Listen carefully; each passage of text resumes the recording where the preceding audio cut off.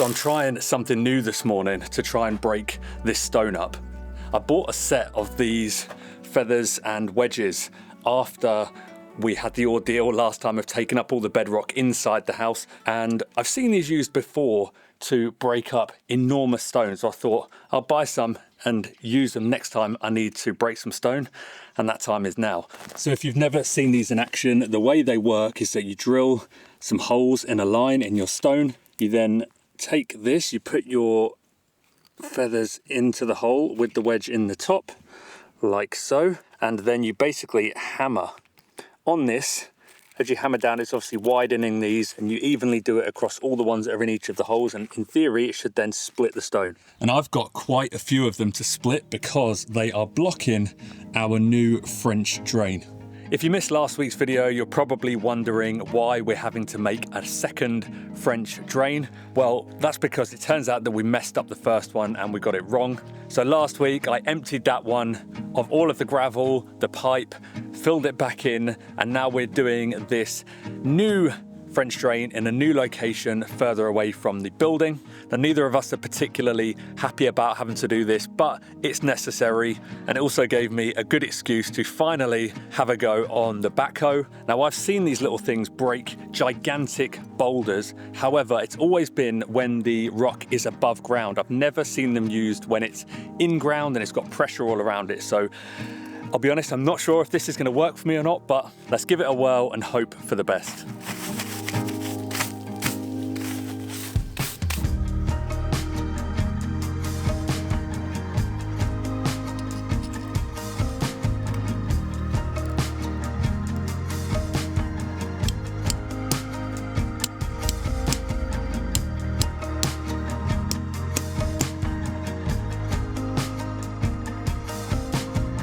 Oh God, it's already cracking.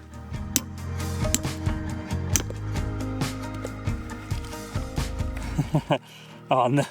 Oh, that one's come out. Well, it's worked, but obviously the issue is that there's nowhere for the stone to break. So now these guys are trapped in there. But maybe I can get something in and force it out.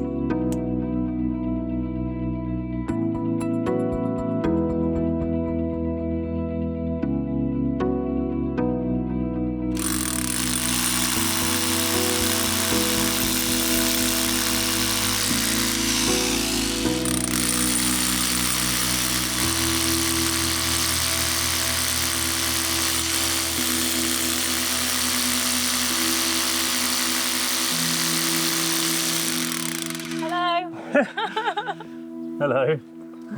All right, you got my attention. I didn't want it to hit you. Ooh. It's not what I expected you were going to be doing. It's a big old rock. Me neither. Oh, you've used your little doodahs. My little doodahs, yeah. Yeah, they work a treat. Nice. Well, not nice that you've got to do it, but nice that they work. Yeah. Did it go okay? Yeah. Ooh. I'm absolutely fine. Yeah, everything's fine. He wasn't very cooperative when she was trying to do the Doppler for his heartbeat. He kept squirming around apparently. And she was like, yeah, you can feel his feet here. And she's like, look, look. And I was like, can't feel anything. Right. I know they're there because he's kicking me all the time. I can't believe I just fell over and nothing.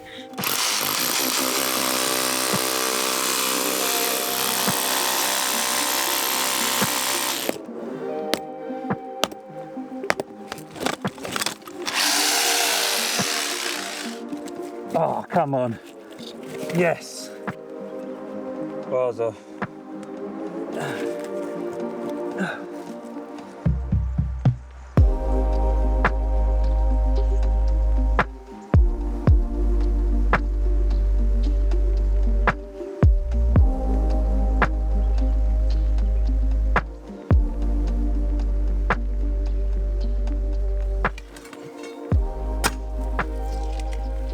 come you doing this anyway? I thought the original plan had been to get the pipe through the wall and then underneath the ditch. Well, it had been, but it comes out there.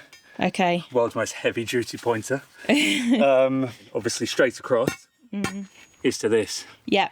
So I wanted to see, first of all, if this was even movable, which it looks like it is, because, you know, some of these are just Bedrock. such deep bedrock. Yeah. That even if I took off the top, like, I'm not going to dig down into this a metre. So it was just to kind of see if it's doable. Otherwise, we'd have to kind of divert it off somewhere around it. But I think we're going to be able to get it out, which is good. Promising. Those feathers and wedges made it easy. Those things are small but mighty. Oh, indeed. Like you, my love. I don't think that's the case anymore. It's massive.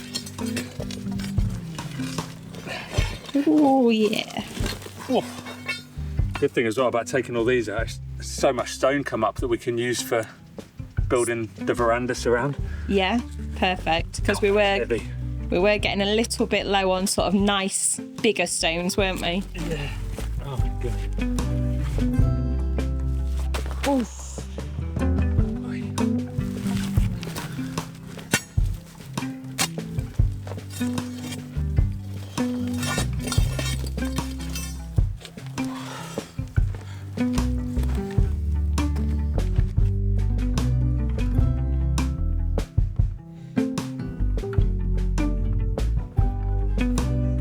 Just grabbed any stones that I've seen that have got nice faces on so we can use them for building with, and I've also collected a whole bucket of little stones that we use for when we're pointing. When the band of mortar is too big, it's not terribly strong, but if you just pop a little stone in, it just makes it a lot more stable, a lot more robust, and it's a hell of a lot easier being able to grab them all in one small area than having to take my bucket on a little bit of a depressing treasure hunt and go all around the land looking for them.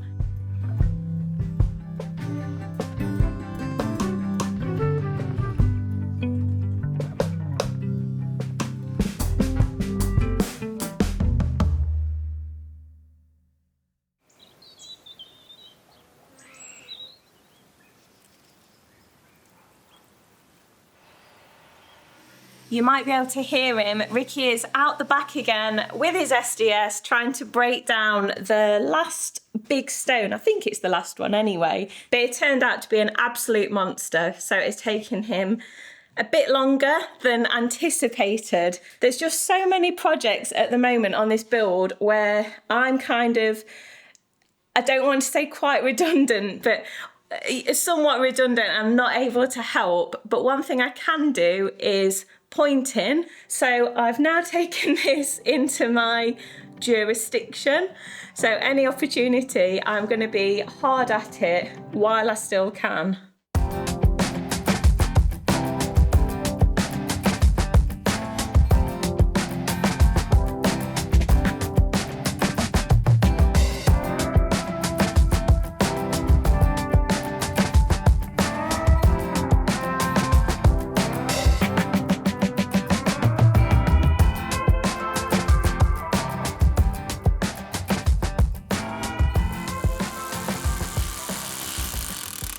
Hello. Hello. I could hear you were still hard at it. Your back must be aching. Yeah, it's not much fun. This is that massive one. Do you remember inside? The one that came in right down through the middle? Oh yeah, the one that looked a bit like a buried body. Yeah, it's basically this same stone. From there to here. And then it goes all the way from inside the house, all the way underneath, all the way out, carries on God knows how far. So the feathers and wedge don't work with it. They just get stuck in there. You can't split it because there's nowhere for it to go. So just having to chip it away. But yeah, it's brutal on the back. You've done a lot. That's what I will say. I mean, I've gone down about just in about another foot. Yeah. In places, and then I've just got this bit to go, but it's gradually getting higher and higher. So, whew, yeah.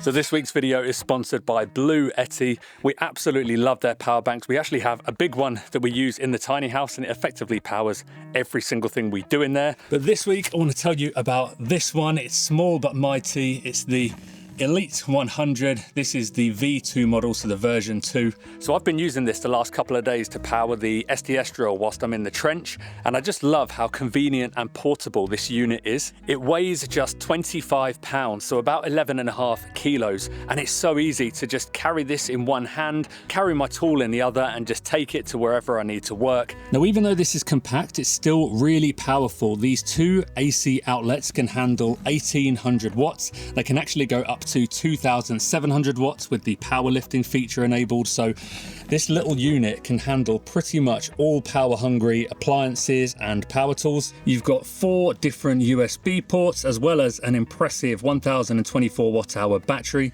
It also charges really quickly. So if you plug this into the mains, it will get to 80% in just 45 minutes, but you can also charge it from solar panels or from within your car. So this has been great for me the last few days, having power on the move. But it would also be good for a camping trip, or maybe you just want a backup for your home in case of a power cut. So if you're interested in the Blue Yeti Elite 100, click our link in the description and use our discount code BlueYetiLife to get 5% off at checkout. You can come up. Come on. Keep going. Keep going. Good. Good girl. Is this you done now for the day? Well, I thought I was. I've dug down and got all the rock out. Nice. So the trench is finished. But as I was just thinking about what to do tomorrow, I've seen that all that gravel that came out of the trench is right in the way of where I want to dig to put this septic pipe. Oh, rubbish. Have you got to shift it far? No, right next to it, whereas it's like a sausage shape now. I need to move it sort of to the other side, so I'll go and get that done. And then tomorrow we can get some pipe down. Nice.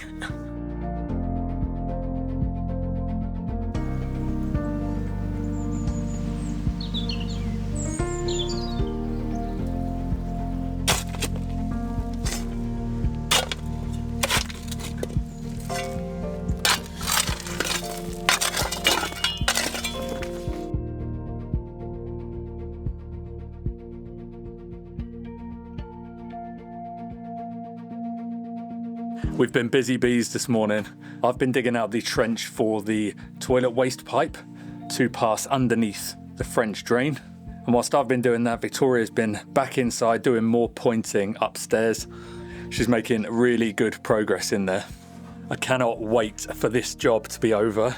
I just seem to be hitting rock anywhere I dig, which is becoming quite a common theme in this build. So this is the area that I've just been digging out. So you can see it's full of massive rocks. I've just gone down about 2 foot there. So we're going to have the toilet waste pipe come out of there where that drill bit is. It will then drop down, swoop down through here, go underneath the French drain, come off here. I'm just going to terminate it there for the moment, and then it's going to end up kind of going off at a 45 down to the septic down there. Look at you squirreled away amongst all of the scraps and the leftovers. Yeah, I just couldn't be bothered to shift all of this. So this is the stance I've adopted. It's not uncomfortable actually. I'm back to the beginning though, so I've gone all the way from the ridge as far as I could reach, wrapped around the last little bit on the top, and I'm back to here. So yeah, timed it quite well because that's the end of my mix. Oh, hot.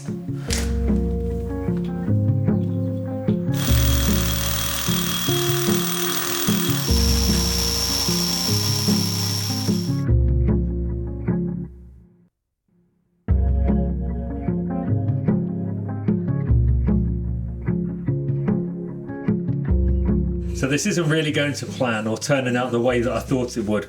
So I thought that I would be able to use this core bit and kind of drill around to get a bit of a cleaner hole, but I've been going for about 20-25 minutes, and so far all I've made is this mess. I've been using this core bit. This is 63 mil if I remember rightly. The hole I need to do, it's for 110 mil pipe. but it needs to obviously be bigger to allow for the fall in the pipe. I did look to see if I could get a bigger and deeper core bit, one that was going to be big enough for that pipe, and the nearest size I could find was 150 mil, and this bit was going to set me back over €100, and I just couldn't justify spending that much money on one little bit that I was going to use once. But now I'm kind of thinking the money would have been worth it, because I'm down here on my knees. It's a really uncomfortable position to be doing this in, and it's not working particularly well. So I'm going to try and press on with this technique for a bit longer. If this doesn't work, I'll have to go in just with a smaller bit and try and kind of drill through and then chisel it out as I go.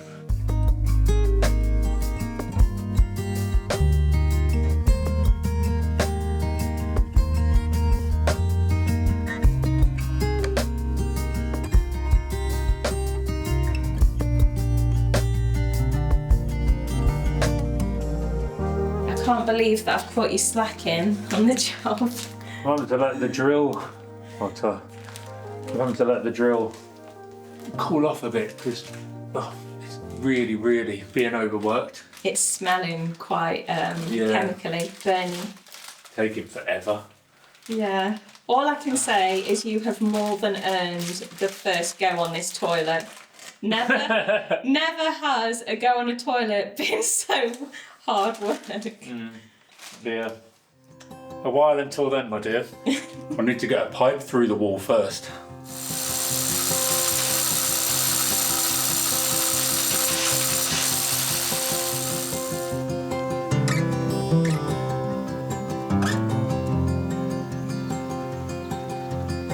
I can't believe how quickly we're rolling round to the olive picking time again. It tends to be about November when ours are ready, though it does vary a little bit depending on what the weather's been like. But ours are looking quite big already. Not to sound too braggadocious, but look at the size of this one. We've not even really had any rain to speak of yet, so after that, this is going to be one juicy specimen.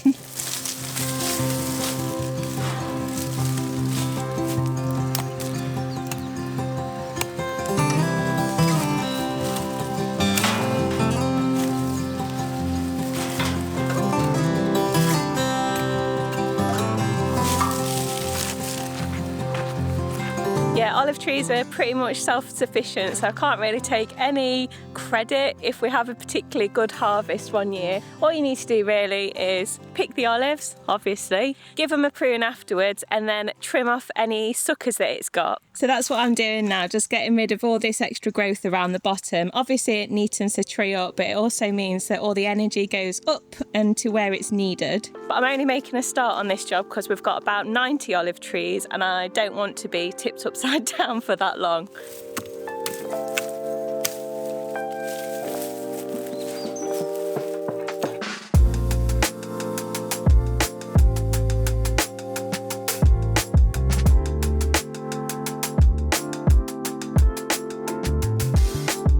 And we dig the whole day through. I don't know if that's the lyric or not. I don't even know what song it is. It's from the Sleeping Beauty and the Seven Dwarfs. Snow White in the 70s. Oh, gosh, that's a Victoria special. I'm still trying to get the hole through for the waste pipe. Right. Obviously, because I'm having to drill just with individual holes, it's taking ages and the drill keeps smoking, so... Yeah, we don't want to burn it out. No, so I'm just doing a little bit, coming back out here. This is going to be where the water and the electric, the inlets are going to pass underneath the drain. So bit of this, bit of that, bit of this, bit of that. Treat yourself, mix it up. Yeah.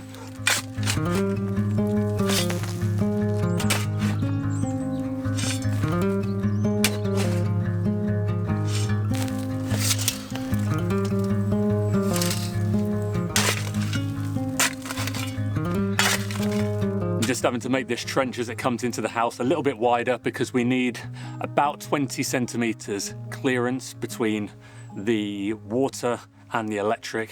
So there's just a bit of horizontal space. As it stands, the plan is that a single trench is going to come all the way down here, carrying both the water and electric, with the water being about a foot deeper as it comes round here, they're going to kind of split off. So the water is going to go into an inspection box because there's going to have to be a joint there and we want that to be accessible. We're going to put an extra valve in, and then the electric's going to part off next to it. So then they'll go from being kind of vertical in the same trench to horizontal and spaced as they go under the French drain, come up the wall into the house. That's the plan anyway. However, we're getting some delays on the water and electric front. Unfortunately, the water we've been waiting on months from the council to try and get hook up to the municipal water. Still keeping our fingers crossed that it can come in time within the next couple of months for us to get this all hooked up, but there is no hurrying the Portuguese council, unfortunately.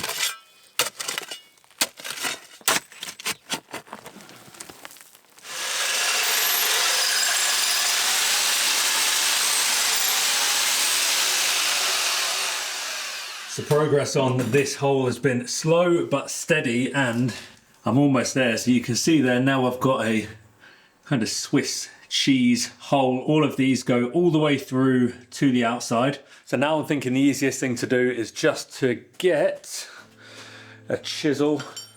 Well, that chisel looks a bit worse for wear, but get another chisel bit and just try and knock out all the remaining bits between the holes. Hopefully this will do the trick and we can have a big solid hole through the wall ready to get a pipe in.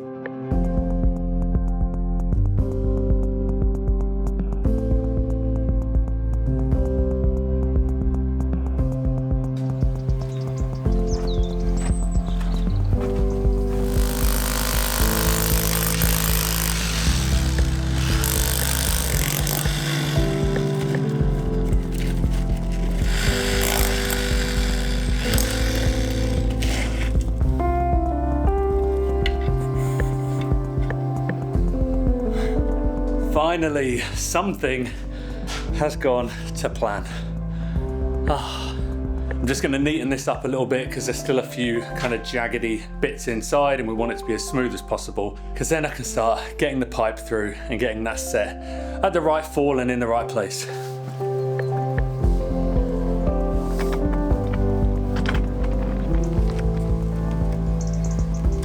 So before I cut this down, I'm just checking that I can achieve the slope on this pipe as it comes through the wall. And this has got more than enough on it. Because I made this hole so much bigger, it really can get quite an angle on it. I want to achieve about 1 in 40. So that means it drops 1 centimetre for every 40 centimetres. You have to get the slope right, because if you have something that's too steep, then that means all of the liquid kind of rushes through and can sometimes leave, how should we call this, your business behind in the pipe, and you can get blockages. So I'm just gonna have to pad this out kind of around it with stones just to get the right angle, and then I'll spray foam. So now it's just time to get the pipe cut down and get it fixed in the wall.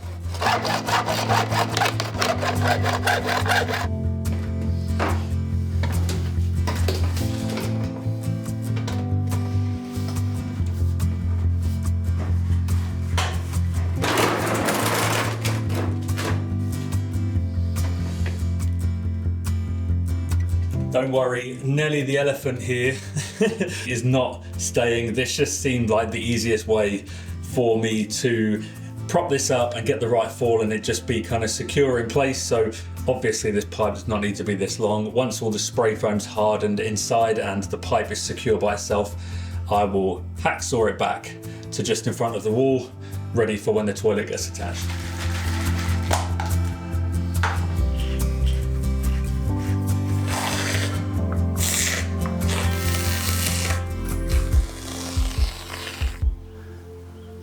And there we go, the pipe is through and secured. I've come up just shy with the expanding foam because I want to put mortar in all around it on the front edge. This might not seem like much to you guys, but to us, this is pretty important and monumental, because this is the first step in us having a flushing toilet here on the farm, which is something that we haven't had the entire time we've lived here. And to be honest, it's something that we both miss massively. So we're now that one teeny tiny step closer